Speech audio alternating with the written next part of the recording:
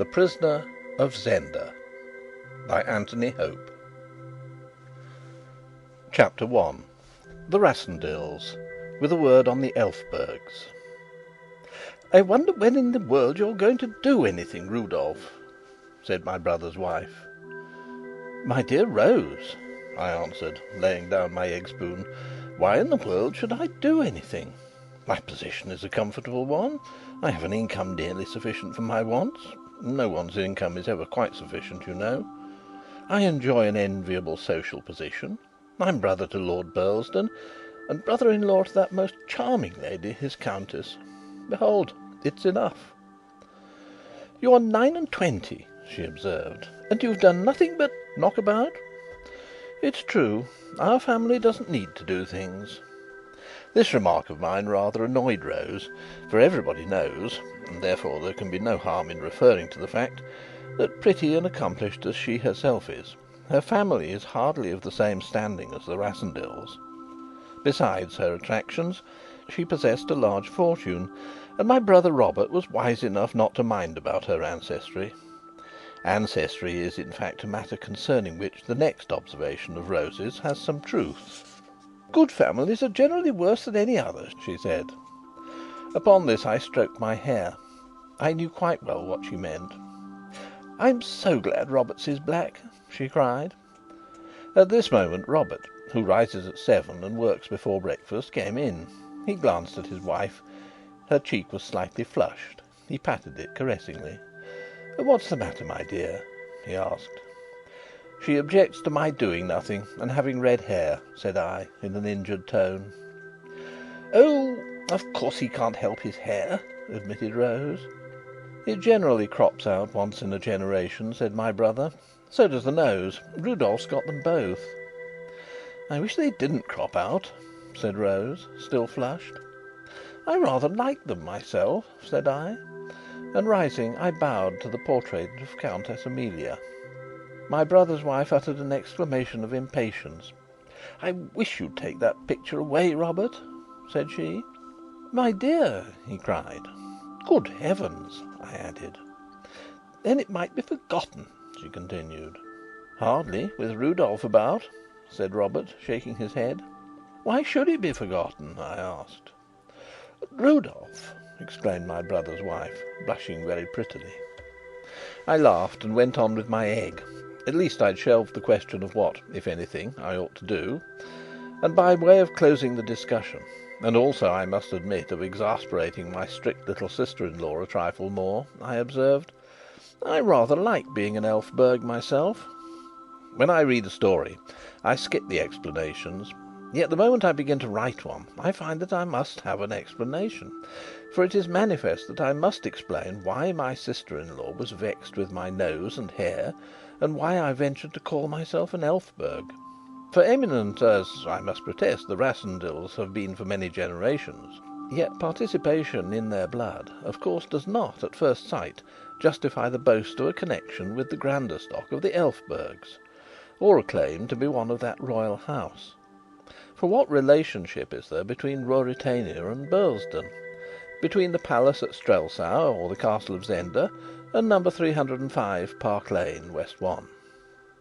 Well then, and I must premise that I am going, perforce, to rake up the very scandal which my dear Lady Burlesdon wishes forgotten.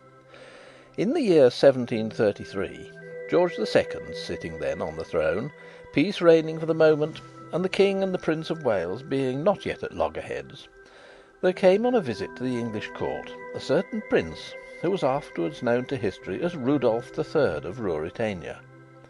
The prince was a tall, handsome young fellow, marked, maybe marred, it's not for me to say, by a somewhat unusually long, sharp and straight nose, and a mass of dark red hair.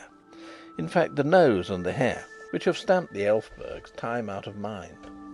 He stayed some months in England, where he was most courteously received. Yet in the end he left rather under a cloud, for he fought a duel (it was considered highly well bred of him to waive all question of his rank) with a nobleman well known in the society of the day, not only for his own merits, but as the husband of a very beautiful wife.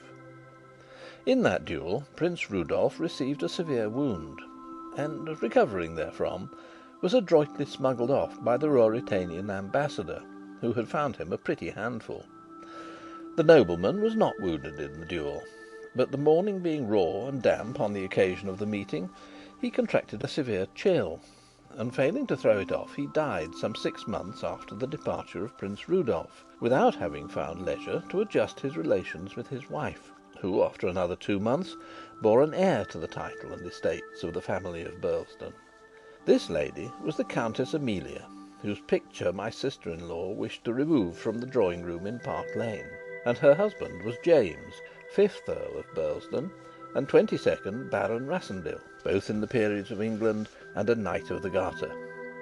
As for Rudolf, he went back to Ruritania, married a wife, and ascended the throne, whereon his progeny in the direct line have sat from then till this very hour, with one short interval. And finally, if you walk through the picture galleries at Burlesdon, among the 50 portraits or so of that last century and a half, you will find 5 or 6, including that of the 6th Earl, distinguished by long, sharp, straight noses and a quantity of dark red hair. These 5 or 6 have also blue eyes, whereas among the Rassendylls dark eyes are the commoner. That is the explanation, and I am glad to have furnished it. The blemishes on honourable lineage are a delicate subject, and certainly this heredity we hear so much about is the finest scandalmonger in the world. It laughs at discretion, and writes strange entries between the lines of the peerages. It will be observed that my sister-in-law, with a want of logic that must have been peculiar to herself, since we are no longer allowed to lay it to the charge of her sex, treated my complexion almost as an offence for which I was responsible, hastening to assume from that external sign inward qualities of which I protest my entire innocence. And this unjust inference she sought to buttress by pointing to the uselessness of the life I had led. Well, be that as it may, I had picked up a good deal of pleasure and a good deal of knowledge. I had been to a German school and a German university, and spoke German as readily and perfectly as English. I was thoroughly at home in French. I had a smattering of Italian, and enough Spanish to swear by.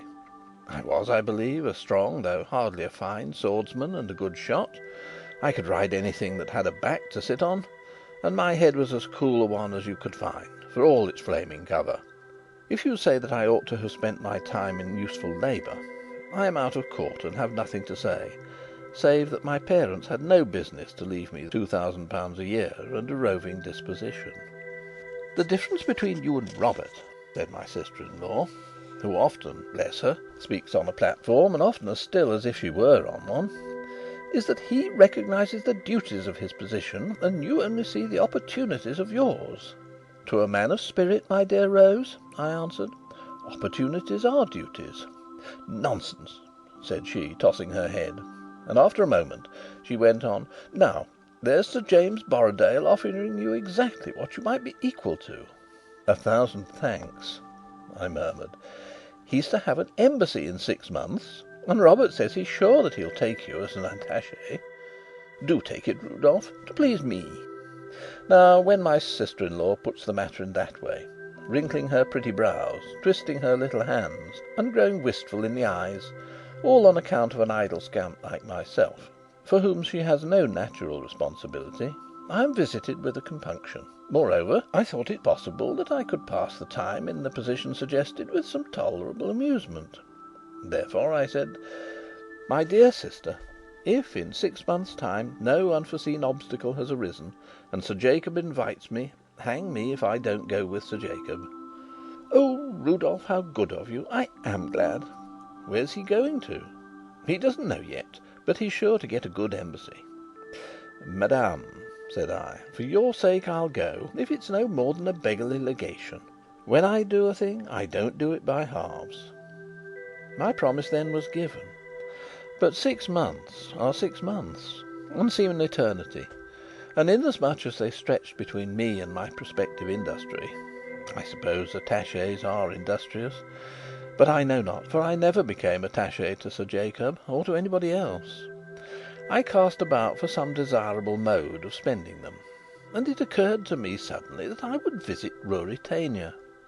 It may seem strange that I had never visited that country yet, but my father, in spite of a sneaking fondness for the Elphbergs, which led him to give me his second son the famous Elphberg name of Rudolf, had always been averse from my going, and, since his death, my brother, prompted by Rose, had accepted a family tradition which taught that a wide berth was to be given to that country.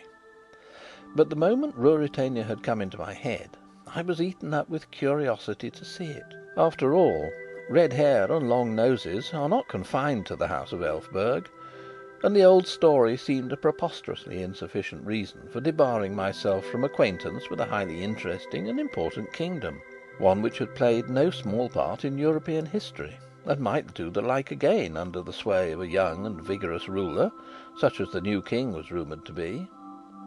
My determination was clinched by reading in the Times that Rudolf V was to be crowned at Strelsau in the course of the next 3 weeks, and that great magnificence was to mark the occasion. At once I made up my mind to be present, and began my preparations. But inasmuch as it has never been my practice to furnish my relatives with an itinerary of my journeys, and in this case I anticipated opposition to my wishes, I gave out that I was going for a ramble in the Tyrol, an old haunt of mine, and propitiated Rose's wrath by declaring that I intended to study the political and social problems of the interesting community which dwells in that neighbourhood. Perhaps, I hinted darkly, there may be an outcome of the expedition. "What do you mean?" she asked. "Well," said I carelessly, "there seems to be a gap that might be filled by an exhaustive work on—" "Oh, will you write a book?" she cried, clapping her hands. "That would be splendid, wouldn't it, Robert?" "It's the best of introductions to political life nowadays," observed my brother, who has, by the way, introduced himself in this manner several times over. Burlesdon on Ancient Theories and Modern Facts, and The Ultimate Outcome by a Political Student, are both works of recognised eminence. "I believe you're right, Bob, my boy," said I. "Now, promise you'll do it," said Rose earnestly. "No, I won't promise, but if I find enough material, I will." "That's fair enough," said Robert. "Oh, material doesn't matter," she said, pouting. But this time she could get no more than a qualified promise out of me. To tell the truth, I would have wagered a handsome sum that the story of my expedition that summer would stain no paper and spoil not a single pen. And that shows how little we know what the future holds. For here I am, fulfilling my qualified promise, and writing, as I never thought to write, a book, though it will hardly serve as an introduction to political life, and has not a jot to do with the Tyrol. Neither would it, I fear, please Lady Burlesdon if I were to submit it to her critical eye, a step which I have no intention of taking. End of Chapter 1. Chapter 2.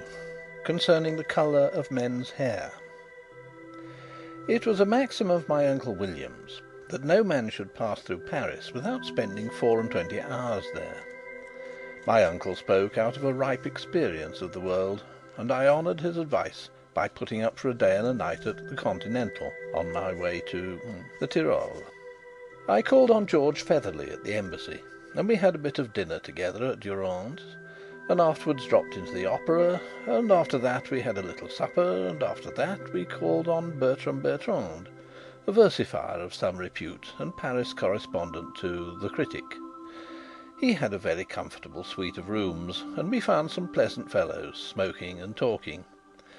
It struck me, however, that Bertram himself was absent and in low spirits, and when everybody except ourselves had gone, I railed him on his moping preoccupation. He fenced with me for a while, but at last, flinging himself on a sofa, he exclaimed: "Oh, very well, have it your own way. I am in love, infernally in love." "Oh, you'll write the better poetry," said I, by way of consolation. He ruffled his hair with his hand and smoked furiously. George Featherly, standing with his back to the mantelpiece, smiled unkindly. "If it's the old affair," said he, "you may as well throw it up, Bert. She's leaving Paris tomorrow." "I know that," snapped Bertram. "Not that it would make any difference if she stayed," pursued the relentless George. "She flies higher than the paper trade, my boy. "Hang her," said Bertram. "It would make it more interesting for me," I ventured to observe, "if I knew who you were talking about." "Antoinette Mauban," said George. "De Mauban," growled Bertram. "Oh ho!" said I, passing by the question of the "de."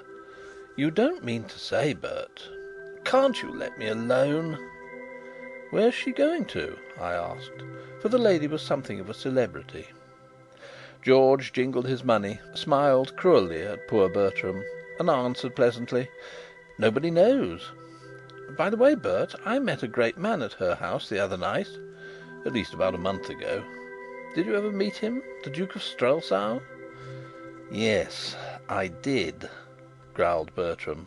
"An extremely accomplished man, I thought him." It was not hard to see that George's references to the Duke were intended to aggravate poor Bertram's sufferings, so that I drew the inference that the Duke had distinguished Madame de Mauban by his attentions. She was a widow, rich, handsome, and, according to repute, ambitious.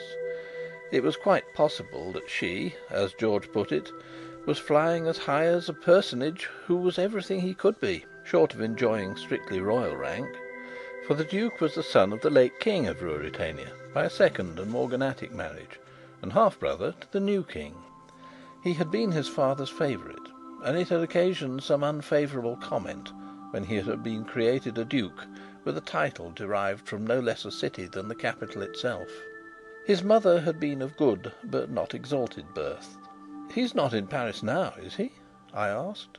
"Oh no, he's gone back to be present at the King's coronation. A ceremony which I should say he'll not enjoy much. But, Bert, old man, don't despair. He won't marry the fair Antoinette at least, not unless another plan comes to nothing. Still, perhaps she..." He paused, and added with a laugh: "Royal attentions are hard to resist. You know that, don't you, Rudolf?" "Confound you!" said I, and rising, I left the hapless Bertram in George's hands and went home to bed. The next day George Featherly went with me to the station, where I took a ticket for Dresden. "Going to see the pictures?" asked George with a grin. George is an inveterate gossip, and had I told him that I was off to Ruritania, the news would have been in London in 3 days and in Park Lane in a week. I was, therefore, about to return an evasive answer, when he saved my conscience by leaving me suddenly and darting across the platform. Following him with my eyes, I saw him lift his hat and accost a graceful, fashionably dressed woman who had just appeared from the booking office. She was perhaps a year or two over 30, tall, dark, and of rather full figure. As George talked, I saw her glance at me, and my vanity was hurt by the thought that, muffled in a fur coat and a neck wrapper, for it was a chilly April day, and wearing a soft travelling hat pulled down to my ears, I must be looking very far from my best. A moment later George rejoined me. "You've got a charming travelling companion," he said. "That's poor Bert Bertrand's goddess, Antoinette de Mauban. And like you, she's going to Dresden, also, no doubt, to see the pictures. It's very queer, though, that she doesn't at present desire the honour of your acquaintance." "I didn't ask to be introduced," I observed, a little annoyed. "Well, I offered to bring you to her, but she said 'another time.' Never mind, old fellow. Perhaps there'll be a smash, and you'll have the chance of rescuing her and cutting out the Duke of Strelsau." No smash, however, happened, either to me or to Madame de Mauban. I can speak for her as confidently as for myself, for when, after a night's rest in Dresden, I continued my journey, she got into the same train. Understanding that she wished to be let alone, I avoided her carefully, but I saw that she went the same way as I did to the very end of my journey, and I took opportunities of having a good look at her, when I could do so unobserved. As soon as we reached the Ruritanian frontier, where the old officer who presided over the custom house favoured me with such a stare that I felt surer than before of my Elphberg physiognomy, I bought the papers and found in them news which affected my movements. For some reason which was not clearly explained, and seemed to be something of a mystery, the date of the coronation had been suddenly advanced, and the ceremony was to take place on the next day but one. The whole country seemed in a stir about it, and it was evident that Strelsau was thronged. Rooms were all let and hotels overflowing. There would be very little chance of my obtaining a lodging, and I should certainly have to pay an exorbitant charge for it. I made up my mind to stop at Zenda, a small town 50 miles short of the capital and about 10 from the frontier.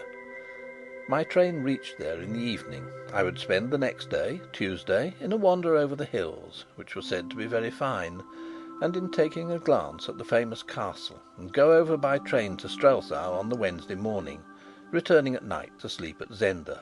Accordingly, at Zenda I got out, and as the train passed where I stood on the platform, I saw my friend Madame de Mauban in her place. Clearly she was going through to Strelsau, having, with more providence than I could boast, secured apartments there.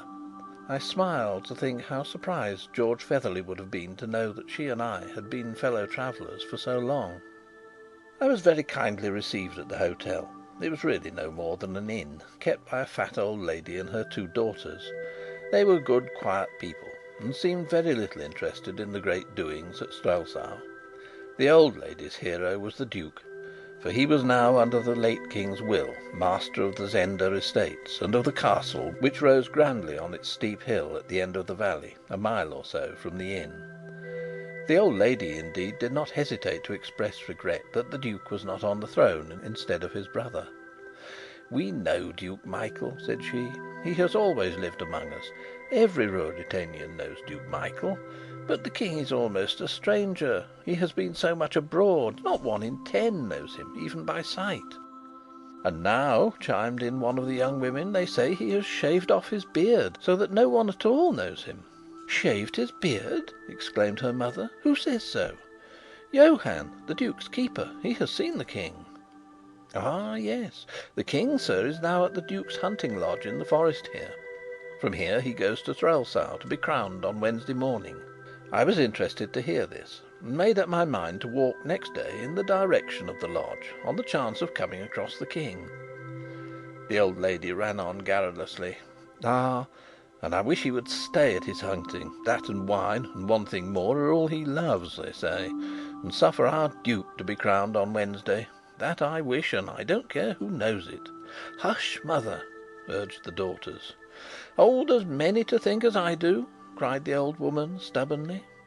I threw myself back in my deep armchair and laughed at her zeal. "For my part," said the younger and prettier of the 2 daughters, a fair, buxom, smiling wench, "I hate Black Michael. A red Elfberg for me, mother. The King, they say, is as red as a fox, or as—" And she laughed mischievously as she cast a glance at me and tossed her head at her sister's reproving face. "Many a man has cursed their red hair before now," muttered the old lady, and I remembered James, 5th Earl of Burlesdon. "But never a woman!" cried the girl. "Ay, and women when it was too late," was the stern answer, reducing the girl to silence and blushes. "How comes the King here?" I asked, to break an embarrassed silence. "It's the Duke's land here, you say?" "The Duke invited him, sir, to rest here till Wednesday. The Duke is at Strelsau, preparing the King's reception." "Then they're friends?" "None better," said the old lady. But my rosy damsel tossed her head again. She was not to be repressed for long, and she broke out again. "Ay, they love one another as men do who want the same place and the same wife." The old woman glowered, but the last words pricked my curiosity, and I interposed before she could begin scolding. "What, the same wife too? How's that, young lady?" "All the world knows that Black Michael—well then, mother, the Duke—would give his soul to marry his cousin, the Princess Flavia, and that she is to be the Queen." "Upon my word," said I begin to be sorry for your Duke. But if a man will be a younger son, why, he must take what the elder leaves, and be as thankful to God as he can." And thinking of myself, I shrugged my shoulders and laughed. And then I thought also of Antoinette de Mauban and her journey to Strelsau. "It's little dealing Black Michael has with—" began the girl, braving her mother's anger. But as she spoke, a heavy step sounded on the floor, and a gruff voice asked in a threatening tone: "Who talks of Black Michael in his Highness's own borough?" The girl gave a little shriek, half of fright, half, I think, of amusement. "You'll not tell of me, Johann?" she said. "See where your chatter leads," said the old lady. The man who had spoken came forward. "We have company, Johann," said my hostess, and the fellow plucked off his cap. A moment later he saw me, and to my amazement he started back a step, as though he had seen something wonderful. "What ails you, Johann?" asked the elder girl. "This is a gentleman on his travels, come to see the coronation." The man had recovered himself, but he was staring at me with an intense, searching, almost fierce glance. "Good evening to you," said I. "Good evening, sir," he muttered, still scrutinizing me, and the merry girl began to laugh as she called: "See, Johann, it is the colour you love. He started to see your hair, sir. It's not the colour we see most of here in Zenda." "I crave your pardon, sir," stammered the fellow, with puzzled eyes. "I expected to see no one." "Give him a glass to drink my health in, and I'll bid you good night, and thanks to you, ladies, for your courtesy and pleasant conversation." So speaking, I rose to my feet, and with a slight bow turned to the door. The young girl ran to light me on the way, and the man fell back to let me pass, his eyes still fixed on me. The moment I was by, he started a step forward, asking: "Pray, sir, do you know our King?" "I never saw him," said I. "I hope to do so on Wednesday." He said no more, but I felt his eyes following me till the door closed behind me. My saucy conductor, looking over her shoulder at me as she preceded me upstairs, said: "There's no pleasing Master Johann for one of your colour, sir." "He prefers yours, maybe," I suggested. "I meant, sir, in a man," she answered, with a coquettish glance. "What?" asked I, taking hold of the other side of the candlestick. "Does colour matter in a man?" "Nay, but I love yours. It's the Elphberg red." "Colour in a man," said I, "is a matter of no more moment than that," and I gave her something of no value. "God send the kitchen door be shut," said she. "Amen," said I, and left her. In fact, however, as I now know, colour is sometimes of considerable moment to a man. End of Chapter 2. Chapter 3. A merry evening with a distant relative. I was not so unreasonable as to be prejudiced against the Duke's keeper because he disliked my complexion; and if I had been, his most civil and obliging conduct, as it seemed to me to be, next morning, would have disarmed me. Hearing that I was bound for Strelsau, he came to see me while I was breakfasting, and told me that a sister of his, who had married a well-to-do tradesman and lived in the capital, had invited him to occupy a room in her house. He had gladly accepted, but now found that his duties would not permit of his absence. He begged, therefore, that if such humble, though, as he added, clean and comfortable lodgings would satisfy me, I would take his place. He pledged his sister's acquiescence, and urged the inconvenience and crowding to which I should be subject in my journeys to and from Strelsau the next day. I accepted his offer without a moment's hesitation, and he went off to telegraph to his sister, while I packed up and prepared to take the next train. But I still hankered after the forest and the hunting lodge, and when my little maid told me that I could, by walking 10 miles or so through the forest, hit the railway at a roadside station, I decided to send my luggage direct to the address which Johann had given, take my walk, and follow to Strelsau myself. Johann had gone off, and was not aware of the change in my plans; but as its only effect was to delay my arrival at his sister's for a few hours, there was no reason for troubling to inform him of it. Doubtless the good lady would waste no anxiety on my account. I took an early luncheon, and having bidden my kind entertainers farewell, promising to return to them on my way home, I set out to climb the hill that led to the castle, and thence to the forest of Zenda. Half an hour's leisurely walking brought me to the castle. It had been a fortress in old days, and the ancient keep was still in good preservation and very imposing. Behind it stood another portion of the original castle, and behind that again, and separated from it by a deep and broad moat, which ran all round the old buildings, was a handsome modern chateau, erected by the last king, and now forming the country residence of the Duke of Strelsau.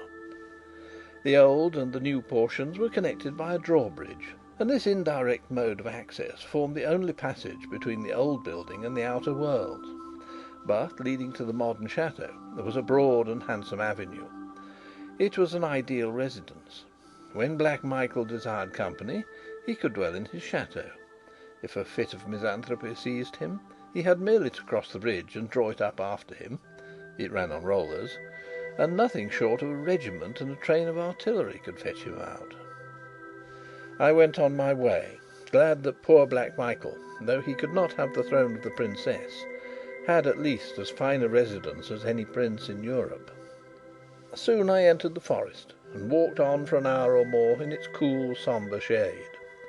The great trees enlaced with one another over my head, and the sunshine stole through in patches as bright as diamonds, and hardly bigger. I was enchanted with the place, and finding a felled tree trunk, propped my back against it, and stretching my legs out, gave myself up to the undisturbed contemplation of the solemn beauty of the woods, and to the comfort of a good cigar.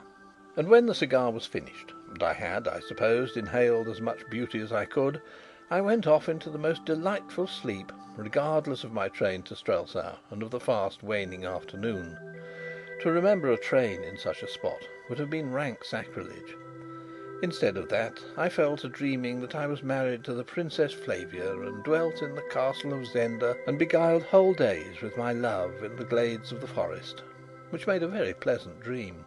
In fact, I was just impressing a fervent kiss on the charming lips of the princess, when I heard, and the voice seemed at first a part of the dream, someone exclaim in rough, strident tones, "Why, the devil in it! Shave him, and he'd be the king!" The idea seemed whimsical enough for a dream. By the sacrifice of my heavy moustache and carefully pointed imperial, I was to be transformed into a monarch. I was about to kiss the princess again, when I arrived, very reluctantly, at the conclusion that I was awake. I opened my eyes, and found two men regarding me with much curiosity. Both wore shooting costumes and carried guns. One was rather short and very stoutly built, with a big bullet-shaped head, a bristly grey moustache, and small pale blue eyes, a trifle bloodshot. The other was a slender young fellow of middle height, dark in complexion, and bearing himself with grace and distinction. I set the one down as an old soldier, the other for a gentleman accustomed to move in good society, but not unused to military life either. It turned out afterward that my guess was a good one. The elder man approached me, beckoning the younger to follow. He did so, courteously raising his hat. I rose slowly to my feet. "He's a height, too," I heard the elder murmur as he surveyed my 6 feet 2 inches of stature. Then, with a cavalier touch of the cap, he addressed me. "May I ask your name?" "As you seem to have taken the first step in the acquaintance, gentlemen," said I, with a smile, "suppose you give me a lead in the matter of names." The young man stepped forward with a pleasant smile. "This," said he, "is Colonel Sapt, and I am called Fritz von Tarlenheim. We are both in the service of the King of Ruritania." I bowed, and bearing my head, answered, "I am Rudolf Rassendyll. I am a traveller from England, and once, for a year or two, I held a commission from Her Majesty the Queen." "Then we are all brethren of the sword," answered Tarlenheim, holding out his hand, which I took readily. "Rassendyll, Rassendyll," muttered Colonel Sapt. Then a gleam of intelligence flitted across his face. "By Heaven!" he cried, "you're of the Burlesdons!" "My brother is now Lord Burlesdon," said I. "Thy head bewrayeth thee," he chuckled, pointing to my uncovered poll. "Why, Fritz, you know the story?" The young man glanced apologetically at me. He felt a delicacy which my sister-in-law would have admired. To put him at his ease, I remarked with a smile: "Ah, the story is known here as well as among us, it seems." "Known?" cried Sapt. "If you stay here, the deuce a man in all Ruritania will doubt of it, or a woman either." I began to feel uncomfortable. Had I realized what a very plainly written pedigree I carried about with me, I should have thought long before I visited Ruritania. However, I was in for it now. At this moment a ringing voice sounded from the wood behind us. "Fritz! Fritz! Where are you, man?" Tarlenheim started and said hastily, "It's the King." Old Sapt chuckled again. Then a young man jumped out from behind the trunk of a tree and stood beside us. As I looked on him, I uttered an astonished cry, and he, seeing me, drew back in sudden wonder. Saving the hair on my face and a manner of conscious dignity which his position gave him, saving also that he lacked perhaps half an inch, nay, less than that, but still something, of my height, the King of Ruritania might have been Rudolf Rassendyll, and I, Rudolf, the King. For an instant we stood motionless, looking at one another. Then I bared my head again and bowed respectfully. The King found his voice and asked in bewilderment, "Colonel? Fritz? Who is this gentleman?" I was about to answer, when Colonel Sapt stepped between the King and me and began to talk to his Majesty in a low growl. The King towered over Sapt, and as he listened, his eyes now and again sought mine. I looked at him long and carefully. The likeness was certainly astonishing, though I saw the points of difference also. The King's face was slightly more fleshy than mine, the oval of its contour the least trifle more pronounced, and, as I fancied, his mouth lacking something of the firmness or obstinacy which was to be gathered from my close-shutting lips. But for all that, and above all minor distinctions, the likeness rose, striking, salient, wonderful. Sapt ceased speaking, and the King still frowned. Then, gradually, the corners of his mouth began to twitch. His nose came down, as mine does when I laugh. His eyes twinkled, and behold, he burst into the merriest fit of irrepressible laughter, which rang through the woods and proclaimed him a jovial soul. "Well met, cousin!" he cried, stepping up to me, clapping me on the back, and laughing still. "You must forgive me if I was taken aback. A man doesn't expect to see double at this time of day. Eh, Fritz?" "I must pray pardon, sire, for my presumption," said I. "I trust it will not forfeit your Majesty's favour." "By heaven, you'll always enjoy the King's countenance," he laughed, "whether I like it or not. And, sir, I shall very gladly add to it what services I can. Where are you travelling to?" "To Strelsau, sire, to the coronation." The King looked at his friends. He still smiled, though his expression hinted some uneasiness. But the humorous side of the matter caught him again. "Fritz, Fritz!" he cried, "1,000 crowns for a sight of brother Michael's face when he sees a pair of us!" And the merry laugh rang out again. "Seriously," observed Fritz von Tarlenheim, "I question Mr. Rassendyll's wisdom in visiting Strelsau just now." The King lit a cigarette. "Well, Sapt?" said he, questioningly. "He mustn't go," growled the old fellow. "Come, Colonel, you mean that I should be in Mr. Rassendyll's debt if—" "Oh, I wrap it up in the right way," said Sapt, hauling a great pipe out of his pocket. "Enough, sire," said I. "I'll leave Ruritania today." "Now, by thunder, you shan't, and that's sans phrase, as Sapt likes it. For you shall dine with me tonight, happen what will afterwards. Come, man, you don't meet a new relation every day." "We dine sparingly tonight," said Fritz von Tarlenheim. "Not we, with our new cousin for a guest!" cried the King. And as Fritz shrugged his shoulders, he added, "Oh, I'll remember our early start, Fritz." "So will I, tomorrow morning," said old Sapt, pulling at his pipe. "Oh, wise old Sapt!" cried the King. "Come, Mr. Rassendyll. By the way, what name did they give you?" "Your Majesty's," I answered, bowing. "Well, that shows they weren't ashamed of us," he laughed. "Come then, cousin Rudolf. I've got no house of my own here, but my dear brother Michael lends us a place of his, and we'll make shift to entertain you there." And he put his arm through mine, and signing to the others to accompany us, walked me off, westerly, through the forest. We walked for more than half an hour, and the King smoked cigarettes and chattered incessantly. He was full of interest in my family, laughed heartily when I told him of the portraits with the Elphberg hair in our galleries, and yet more heartily when he heard that my expedition to Ruritania was a secret one. "You have to visit your disreputable cousin on the sly, have you?" said he. Suddenly emerging from the wood, we came on a small and rude hunting lodge. It was a one-story building, a sort of bungalow, built entirely of wood. As we approached it, a little man in a plain livery came out to meet us. The only other person I saw about the place was a fat elderly woman, whom I afterwards discovered to be the mother of Johann, the Duke's keeper. "Well, is dinner ready, Joseph?" asked the King. The little servant informed us that it was, and we soon sat down to a plentiful meal. The fare was plain enough. The King ate heartily, Fritz von Tarlenheim delicately, old Sapt voraciously. I played a good knife and fork, as my custom is. The King noticed my performance with approval. "We're all good trenchermen, we Elphbergs," said he. "But what, we're eating dry! Wine, Joseph, wine, man! Are we beasts to eat without drinking? Are we cattle, Joseph?" At this reproof, Joseph hastened to load the table with bottles. "Remember tomorrow," said Fritz. "Ay, tomorrow," said old Sapt. The King drained a bumper to his cousin Rudolf, as he was gracious, or merry, enough to call me, and I drank its fellow to the Elphberg Red, whereat he laughed loudly. Now, be the meat what it might, the wine we drank was beyond all price or praise, and we did it justice. Fritz ventured once to stay the King's hand. "What?" cried the King.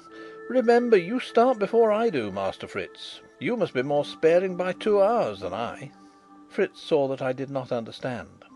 "The Colonel and I," he explained, "leave here at 6. We ride down to Zenda and return with the guard of honour to fetch the King at 8, and then we all ride together to the station."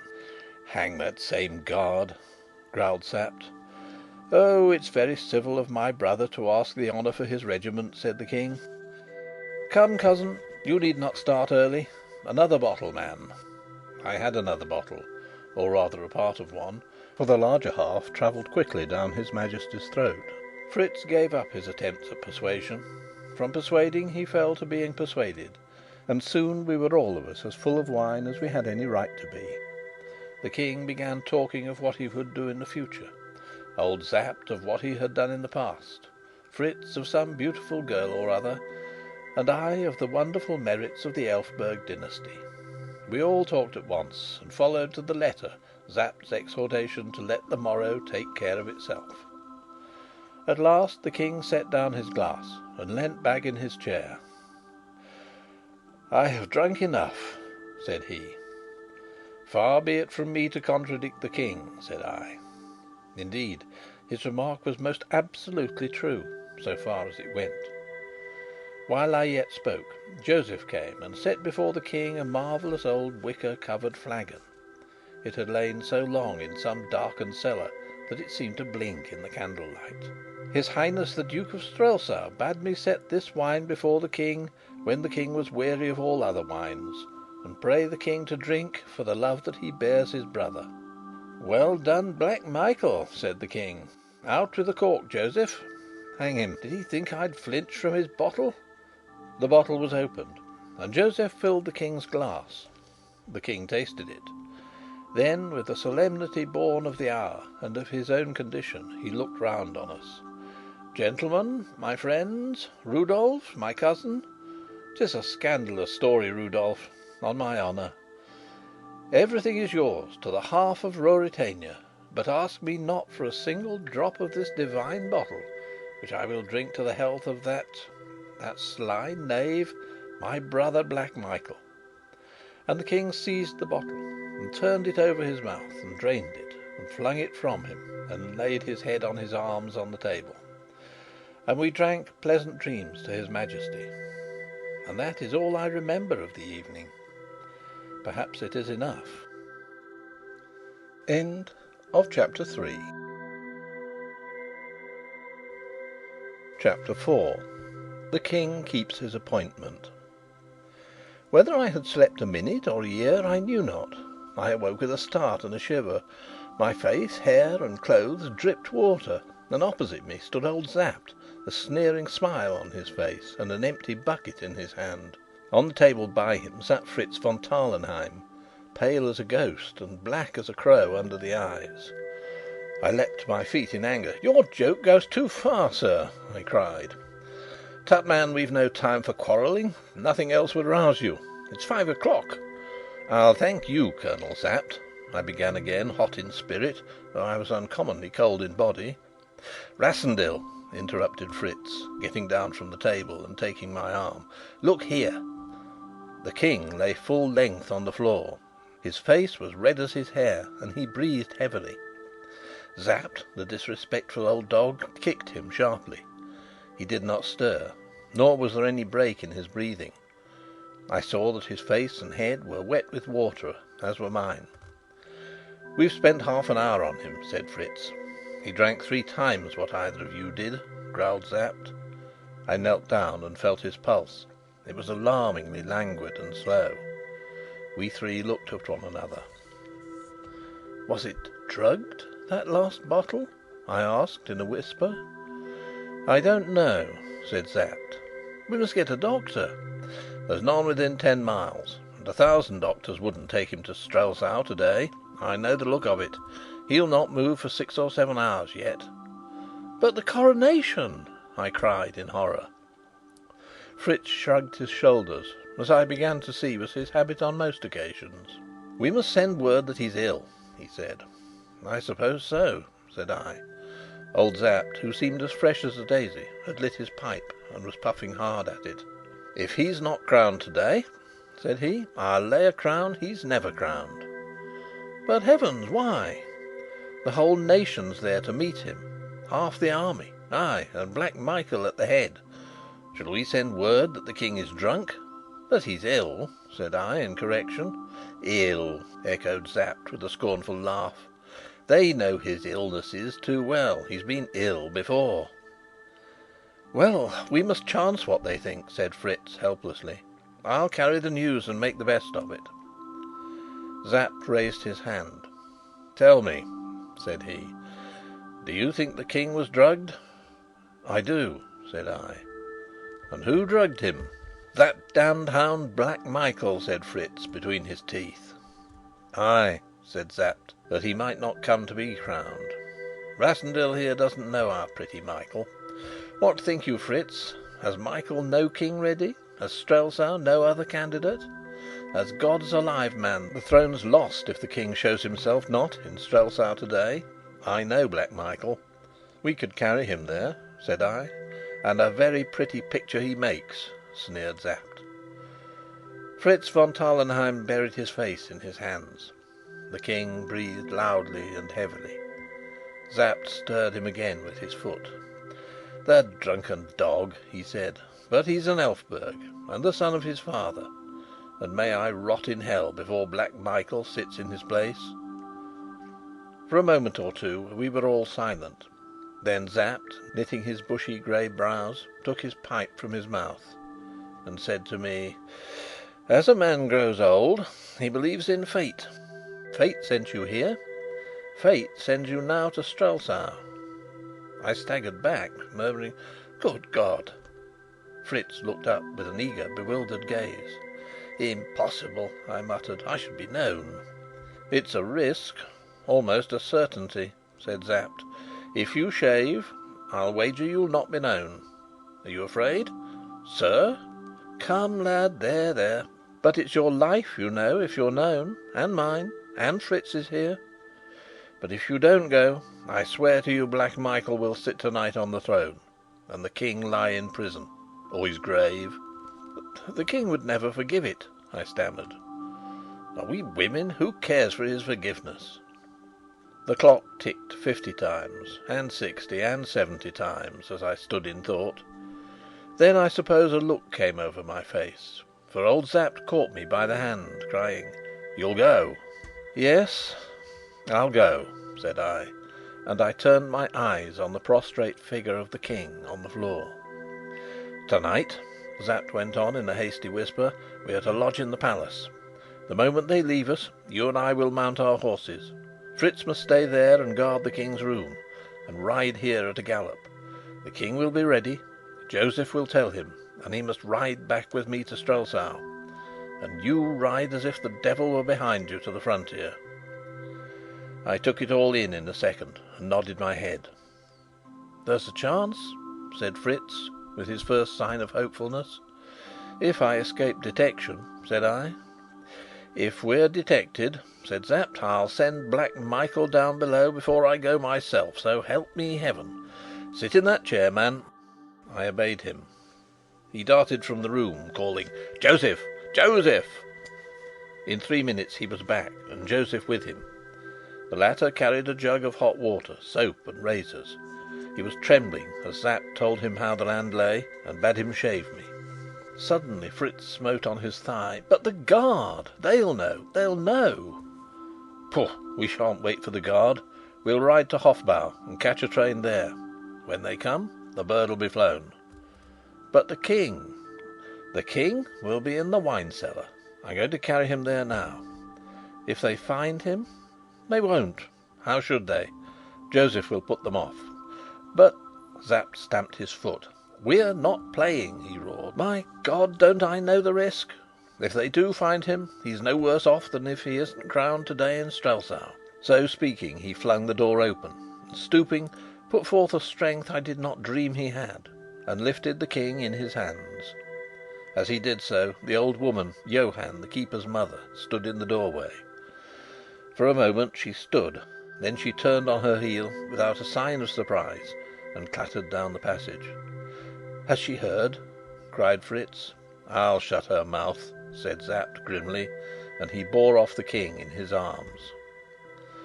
For me, I sat down in an armchair, and as I sat there, half dazed, Joseph clipped and scraped me till my moustache and imperial were things of the past, and my face was as bare as the King's.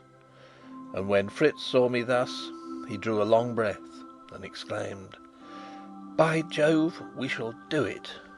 It was 6 o'clock now, and we had no time to lose.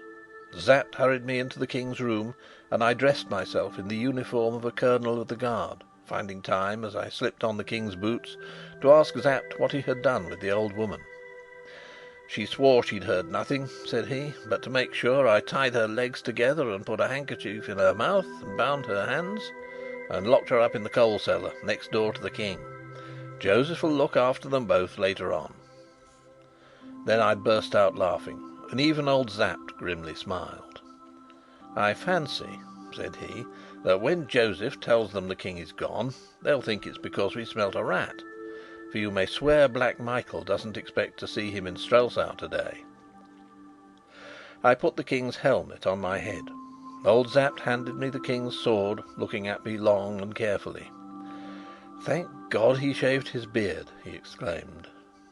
"Why did he?" I asked. "Because Princess Flavia said he grazed her cheek when he was graciously pleased to give her a cousinly kiss. Come, though, we must ride." "Is all safe here?" "Nothing's safe anywhere," said Sapt, "but we can make it no safer." Fritz now rejoined us, in the uniform of a captain in the same regiment as that to which my dress belonged. In 4 minutes Sapt had arrayed himself in his uniform. Joseph called that the horses were ready. We jumped on their backs and started at a rapid trot. The game had begun. What would the issue of it be? The cool morning air cleared my head, and I was able to take in all Sapt said to me. He was wonderful. Fritz hardly spoke, riding like a man asleep; but Sapt, without another word for the King, began at once to instruct me most minutely in the history of my past life, of my family, of my tastes, pursuits, weaknesses, friends, companions, and servants. He told me the etiquette of the Ruritanian court, promising to be constantly at my elbow to point out everybody whom I ought to know, and give me hints with what degree of favour to greet them. "By the way," he said, "you're a Catholic, I suppose?" "Not I," I answered. "Lord, he's a heretic!" groaned Sapt, and forthwith he fell to a rudimentary lesson in the practices and observances of the Romish faith. "Luckily," said he, "you won't be expected to know much, for the King's notoriously lax and careless about such matters. But you must be as civil as butter to the Cardinal. We hope to win him over, because he and Michael have a standing quarrel about their precedence." We were by now at the station. Fritz had recovered nerve enough to explain to the astonished station master that the King had changed his plans. The train steamed up, we got into a first-class carriage, and Sapt, leaning back on the cushions, went on with his lesson. I looked at my watch. The King's watch it was, of course. It was just 8. "I wonder if they've gone to look for us," I said. "I hope they won't find the King," said Fritz nervously, and this time it was Sapt who shrugged his shoulders. The train travelled well, and at 9:30, looking out of the window, I saw the towers and spires of a great city. "Your capital, my liege," grinned old Sapt, with a wave of his hand, and leaning forward he laid his finger on my pulse. "A little too quick," said he in his grumbling tone. "I'm not made of stone," I exclaimed. "You'll do," said he, with a nod. "We must say Fritz here has caught the ague. Drain your flask, Fritz, for heaven's sake, boy." Fritz did as he was bid. "We're an hour early," said Sapt. "We'll send word forward of your Majesty's arrival, for there'll be no one here to meet us yet. And meanwhile..." "Meanwhile," said I, "the King'll be hanged if he doesn't have some breakfast." Old Sapt chuckled and held out his hand. "You're an Elphberg, every inch of you," said he. Then he paused, and looking at us, said quietly: "God send we may be alive tonight." "Amen," said Fritz von Tarlenheim. The train stopped. Fritz and Sapt leapt out, uncovered, and held the door for me. I choked down a lump that rose in my throat, settled my helmet firmly on my head, and, I'm not ashamed to say it, breathed a short prayer to God. Then I stepped on that platform of the station at Strelsau.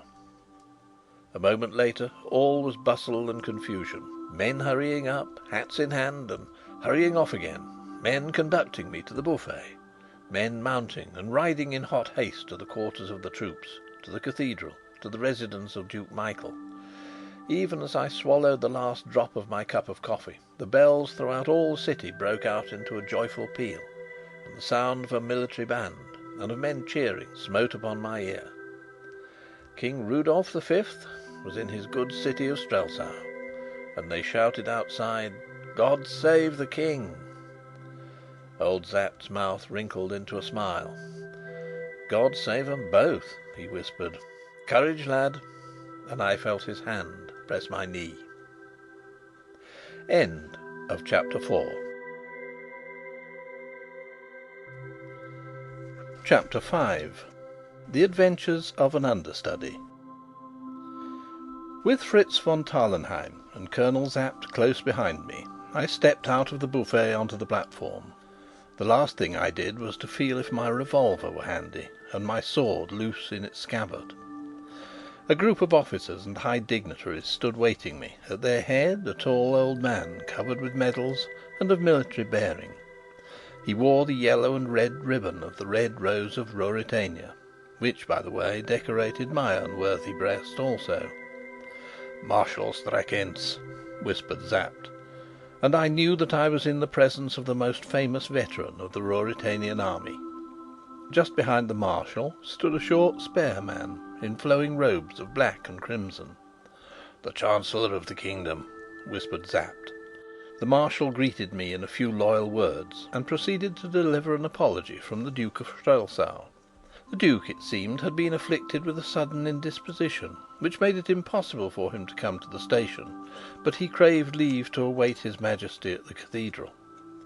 I expressed my concern, accepted the Marshal's excuses very suavely, and received the compliments of a large number of distinguished personages. No one betrayed the least suspicion, and I felt my nerve returning, and the agitated beating of my heart subsiding. But Fritz was still pale, and his hand shook like a leaf as he extended it to the Marshal. Presently we formed procession, and took our way to the door of the station. Here I mounted my horse, the Marshal holding my stirrup. The civil dignitaries went off to their carriages, and I started to ride through the streets with the Marshal on my right, and Sapt, who, as my chief aide de camp, was entitled to the place, on my left. The city of Strelsau is partly old and partly new. Spacious modern boulevards and residential quarters surround and embrace the narrow, tortuous, and picturesque streets of the original town. In the outer circles the upper classes live; in the inner the shops are situated, and behind their prosperous fronts lie hidden, populous, but wretched lanes and alleys, filled with a poverty-stricken, turbulent, and, in large measure, criminal class. These social and local divisions corresponded, as I knew from Sapt's information, to another division more important to me. The new town was for the King, but to the old town Michael of Strelsau was a hope, a hero, and a darling.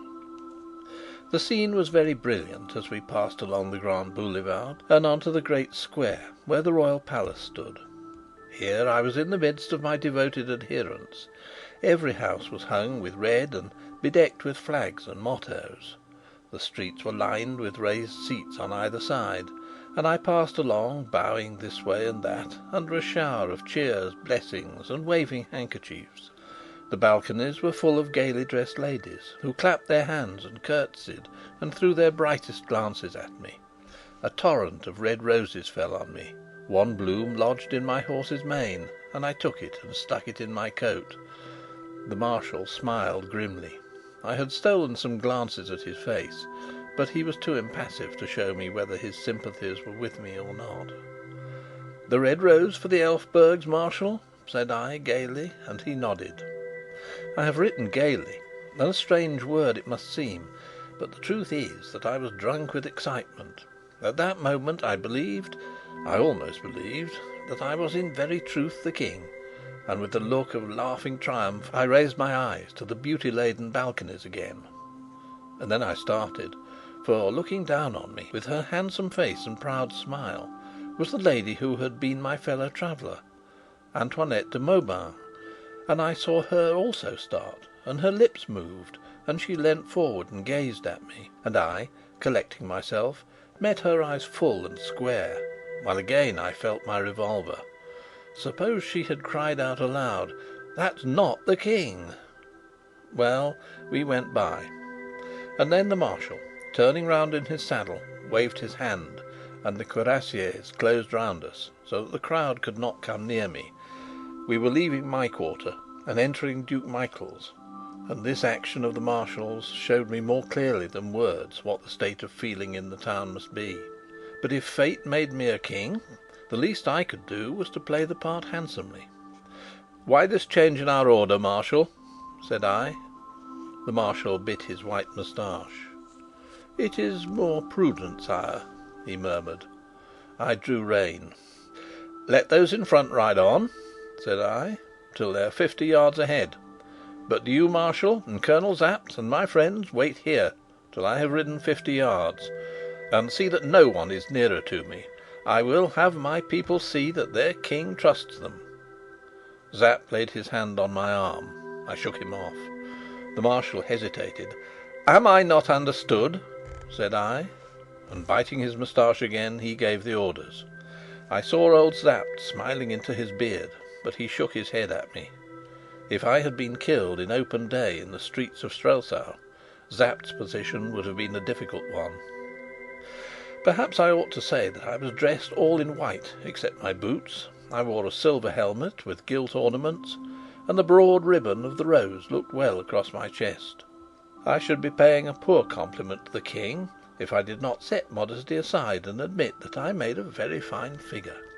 So the people thought, for when I, riding alone, entered the dingy, sparsely decorated, sombre streets of the old town, there was first a murmur, then a cheer, and a woman from a window above a cookshop cried the old local saying, "If he's red, he's right." Whereat I laughed, and took off my helmet that she might see that I was of the right colour, and they cheered me again at that. It was more interesting riding thus alone, for I heard the comments of the crowd. "He looks paler than his wont," said one. "You'd look pale if you lived as he does," was the highly disrespectful retort. "He's a bigger man than I thought," said another. "So he had a good jaw under that beard after all," commented a third. "The pictures of him aren't handsome enough," declared a pretty girl, taking great care that I should hear. No doubt it was mere flattery. But, in spite of these signs of approval and interest, the mass of the people received me in silence and with sullen looks, and my dear brother-in-law's portrait ornamented most of the windows, which was an ironical sort of greeting to the King. I was quite glad that he had been spared the unpleasant sight. He was a man of quick temper, and perhaps he would not have taken it so placidly as I did. At last we were at the cathedral. Its great grey front, embellished with hundreds of statues and boasting a pair of the finest oak doors in Europe, rose for the first time before me, and the sudden sense of my audacity almost overcame me. Everything was in a mist as I dismounted. I saw the Marshal and Sapt dimly, and dimly the throng of gorgeously robed priests who awaited me, and my eyes were still dim as I walked up the great nave, with the pealing of the organ in my ears. I saw nothing of the brilliant throng that filled it. I hardly distinguished the stately figure of the Cardinal as he rose from the archiepiscopal throne to greet me. Two faces only stood out side by side clearly before my eyes: the face of a girl, pale and lovely, surmounted by a crown of the glorious Elphberg hair, for in a woman it is glorious, and the face of a man, whose full-blooded red cheeks, black hair, and dark deep eyes told me that at last I was in the presence of my brother, Black Michael. And when he saw me, his red cheeks went pale all in a moment, and his helmet fell with a clatter on the floor. Till that moment I believe he had not realized that the King was in very truth come to Strelsau. Of what followed next I remember nothing. I knelt before the altar, and the Cardinal anointed my head. Then I rose to my feet and stretched out my hand, and took from him the crown of Ruritania and set it on my head, and I swore the old oath of the King. And, if it were a sin, may it be forgiven me, I received the Holy Sacrament, there before them all. Then the great organ pealed out again, the Marshal bade the heralds proclaim me, and Rudolf V was crowned King, of which imposing ceremony an excellent picture hangs now in my dining room. The portrait of the King is very good. Then the lady with the pale face and the glorious hair, her train held by two pages, stepped from her place and came to where I stood, and a herald cried, "Her Royal Highness the Princess Flavia." She curtsied low and put her hand under mine, and raised my hand and kissed it, and for an instant I thought what I had best do. Then I drew her to me and kissed her twice on the cheek, and she blushed red. And why, then His Eminence the Cardinal Archbishop slipped in front of Black Michael and kissed my hand, and presented me with a letter from the Pope, the first and last which I have ever received from that exalted quarter. And then came the Duke of Strelsau. His step trembled, I swear, and he looked to the right and to the left, as a man looks who thinks on flight, and his face was patched with red and white, and his hands shook so that it jumped under mine, and I felt his lips dry and parched. And I glanced at Sapt, who was smiling again into his beard, and resolutely doing my duty in that station of life to which I had been marvellously called, I took my dear Michael by both hands and kissed him on the cheek. I think we were both glad when that was over. But neither in the face of the princess nor in that of any other did I see the least doubt or questioning. Yet had I and the King stood side by side, she could have told us in an instant, or at least on a little consideration. But neither she nor anyone else dreamt or imagined that I could be other than the King. So the likeness served, and for an hour I stood there, feeling as weary and blasé as though I had been a king all my life. And everybody kissed my hand, and the ambassadors paid me their respects, among them old Lord Topham, at whose house in Grosvenor Square I had danced a score of times. Thank heaven the old man was as blind as a bat, and did not claim my acquaintance. Then back we went, through the streets to the palace, and I heard them cheering Black Michael. But he, Fritz told me, sat biting his nails like a man in a reverie, and even his own friends said that he should have made a braver show. I was in a carriage now, side by side with the Princess Flavia, and a rough fellow cried out, "And when's the wedding?" And as he spoke, another struck him in the face, crying, "Long live Duke Michael!" And the princess coloured. It was an admirable tint, and looked straight in front of her. Now I felt in a difficulty, because I had forgotten to ask Sapt the state of my affections, or how far matters had gone between the princess and myself. Frankly, had I been the king, the further they had gone, the better I should have been pleased, for I am not a slow-blooded man, and I had not kissed the Princess Flavia's cheek for nothing. These thoughts passed through my head, But, not being sure of my ground, I said nothing, and in a moment or two the princess, recovering her equanimity, turned to me. "Do you know, Rudolf," said she, "you look somehow different today?" The fact was not surprising, but the remark was disquieting. "You look," she went on, "more sober, more sedate. You're almost careworn, and I declare you're thinner. Surely it's not possible that you've begun to take anything seriously?" The princess seemed to hold of the king much the same opinion that Lady Burlesdon held of me. I braced myself up to the conversation. "Would that please you?" I asked softly. "Oh, you know my views," said she, turning her eyes away. "Whatever pleases you, I try to do," I said. And as I saw her smile and blush, I thought that I was playing the king's hand very well for him. So I continued, and what I said was perfectly true. "I assure you, my dear cousin, that nothing in my life has affected me more than the reception I've been greeted with today." She smiled brightly, but in an instant grew grave again and whispered, "Did you notice Michael?" "Yes," said I, adding, "he wasn't enjoying himself." "Do be careful," she went on. Indeed you don't keep enough watch on him. You know—" "I know," said I, "that he wants what I've got." "Yes, hush. Then, and I can't justify it, for I committed the King far beyond what I had a right to do, I suppose she carried me off my feet," I went on, "and perhaps also something which I haven't got yet, but hope to win some day." This was my answer. Had I been the King, I should have thought it encouraging. "Haven't you enough responsibilities on you for one day, cousin?" Bang! Bang! Blair! Blair! We were at the palace. Guns were firing and trumpets blowing. Rows of lackeys stood waiting, and handing the princess up the broad marble staircase, I took formal possession as a crowned king of the house of my ancestors, and sat down at my own table with my cousin on my right hand, on her other side Black Michael, and on my left his Eminence the Cardinal. Behind my chair stood Sapt, and at the end of the table I saw Fritz von Tarlenheim drain to the bottom his glass of champagne rather sooner than he decently should. I wondered what the King of Ruritania was doing.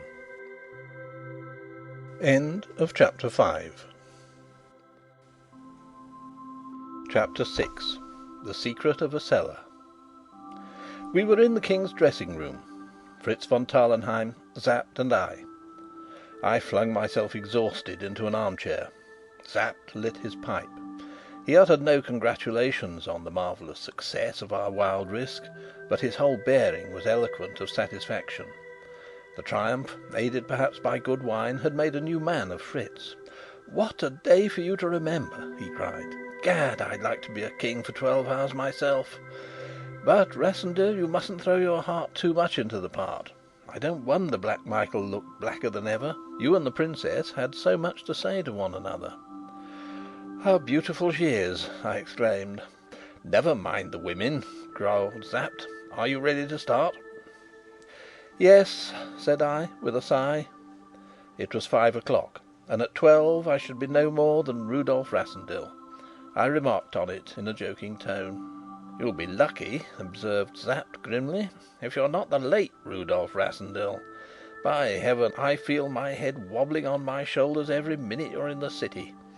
Do you know, friend, that Michael has had news from Zenda? He went into a room alone to read it, and he came out looking like a man dazed." "I'm ready," said I, this news making me none the more eager to linger. Sapt sat down. "I must write us an order to leave the city. Michael's governor, you know, and we must be prepared for hindrances. You must sign the order." "My dear Colonel, I've not been bred a forger." Out of his pocket Sapt produced a piece of paper. "There's the King's signature," he said. "And here," he went on, after another search in his pocket, "is some tracing paper. If you can't manage a Rudolf in 10 minutes, why, I can." "Your education has been more comprehensive than mine," said I. "You write it." And a very tolerable forgery did this versatile hero produce. "Now, Fritz," said he, "the King goes to bed. He's upset. No one is to see him till 9 o'clock tomorrow. You understand? No one." "I understand," answered Fritz. Michael may come and claim immediate audience. You'll answer that only princes of the blood are entitled to it." "That'll annoy Michael," laughed Fritz. "You quite understand?" asked Sapt again. "If the door of this room is opened while we're away, you're not to be alive to tell us about it." "I need no schooling, Colonel," said Fritz, a trifle haughtily. "Here, wrap yourself in this big cloak," Sapt continued to me, "and put on this flat cap. My orderly rides with me to the hunting lodge tonight." "There's an obstacle," I observed. "The horse doesn't live that can carry me 40 miles." "Oh, yes, he does. 2 of him. One here, one at the lodge. Now, are you ready?" "I'm ready," said I. Fritz held out his hand. "In case," said he, and we shook hands heartily. "Damn your sentiment!" growled Sapt. "Come along." He went, not to the door, but to a panel in the wall. "In the old King's time," said he, "I knew this way well." I followed him, and we walked, as I should estimate, near 200 yards along a narrow passage. Then we came to a stout oak door. Sapt unlocked it. We passed through, and found ourselves in a quiet street that ran along the back of the palace gardens. A man was waiting for us with 2 horses. One was a magnificent bay, up to any weight; the other a sturdy brown. Sapt signed me to mount the bay. Without a word to the man, we mounted and rode away. The town was full of noise and merriment, but we took secluded ways. My cloak was wrapped over half my face; the capacious flat cap hid every lock of my telltale hair. By Sapt's direction, I crouched in my saddle and rode with such a round back as I hope never to exhibit on a horse again. Down a long narrow lane we went, meeting some wanderers and some roisterers, and as we rode we heard the cathedral bells still clanging out their welcome to the King. It was 6:30 and still light. At last we came to the city wall and to a gate. "Have your weapon ready," whispered Sapt. "We must stop his mouth if he talks." I put my hand on my revolver. Sapt hailed the doorkeeper for me. The stars fought for us. A little girl of 14 tripped out. "Please, sir, father's gone to see the King." "He'd better have stayed here," said Sapt to me, grinning. "But he said I wasn't to open the gate, sir." "Did he, my dear?" said Sapt, dismounting. "Then give me the key." The key was in the child's hand. Sapt gave her a crown. "Here's an order from the King. Show it to your father. Orderly, open the gate." I leapt down. Between us we rolled back the great gate, led our horses out, and closed it again. I shall be sorry for the doorkeeper if Michael finds out that he wasn't there. Now then, lad, for a canter. We mustn't go too fast while we're near the town. Once, however, outside the city, we ran little danger, for everybody else was inside, merry-making; and as the evening fell, we quickened our pace, my splendid horse bounding along under me as though I'd been a feather. It was a fine night, and presently the moon appeared. We talked little on the way, and chiefly about the progress we were making. "I wonder what the Duke's dispatches told him," said I once. "Ay, I wonder," responded Sapt. We stopped for a draught of wine and to bait our horses, losing half an hour thus. I dared not go into the inn, and stayed with the horses in the stable. Then we went ahead again, and had covered some 25 miles, when Sapt abruptly stopped. "Hark!" he cried. I listened. Away, far behind us, in the still of the evening (it was just 9:30), we heard the beat of horses' hoofs. The wind, blowing strong behind us, carried the sound. I glanced at Sapt. "Come on!" he cried, and spurred his horse into a gallop. When we next paused to listen, the hoof beats were not audible, and we relaxed our pace. Then we heard them again. Sapt jumped down and laid his ear to the ground. "There are 2," he said. "They're only a mile behind. Thank God the road curves in and out, and the wind's our way." We galloped on. We seemed to be holding our own. We had entered the outskirts of the forest of Zenda, and the trees, closing in behind us as the track zigged and zagged, prevented us from seeing our pursuers, and them from seeing us.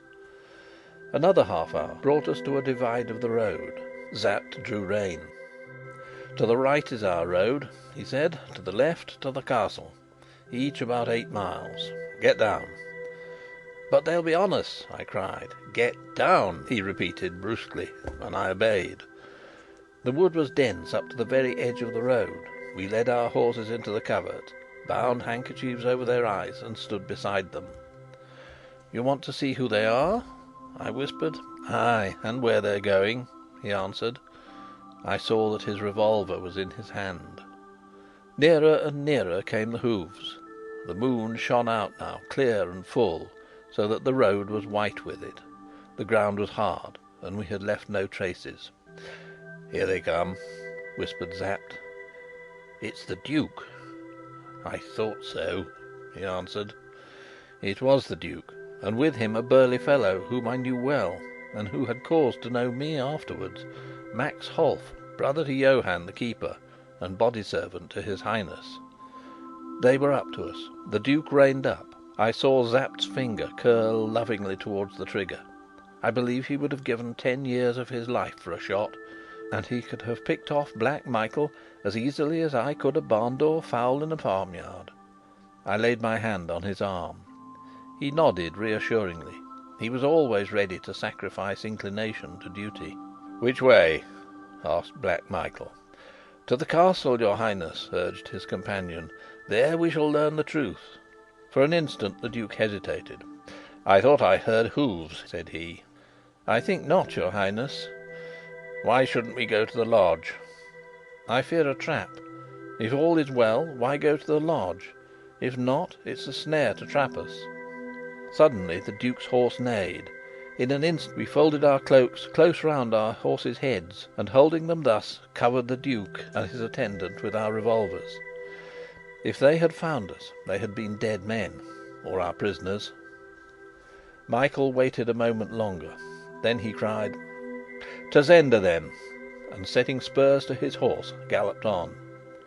Sapt raised his weapon after him, and there was such an expression of wistful regret on his face that I had much ado not to burst out laughing. For 10 minutes we stayed where we were.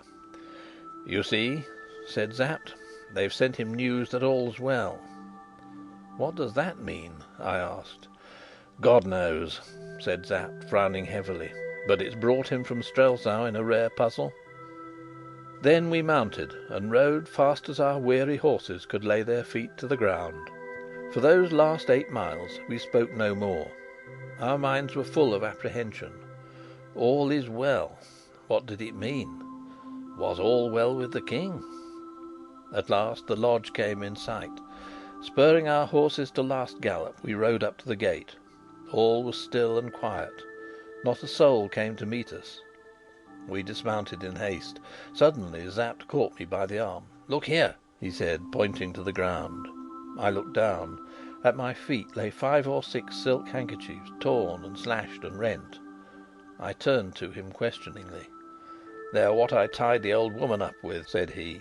"Fasten the horses and come along." The handle of the door turned without resistance. We passed into the room which had been the scene of last night's bout. It was still strewn with the remnants of our meal and with empty bottles. "Come on!" cried Sapt, whose marvellous composure had at last almost given way. We rushed down the passage towards the cellars. The door of the coal cellar stood wide open. "They found the old woman," said I. "You might have known that from the handkerchiefs," he said.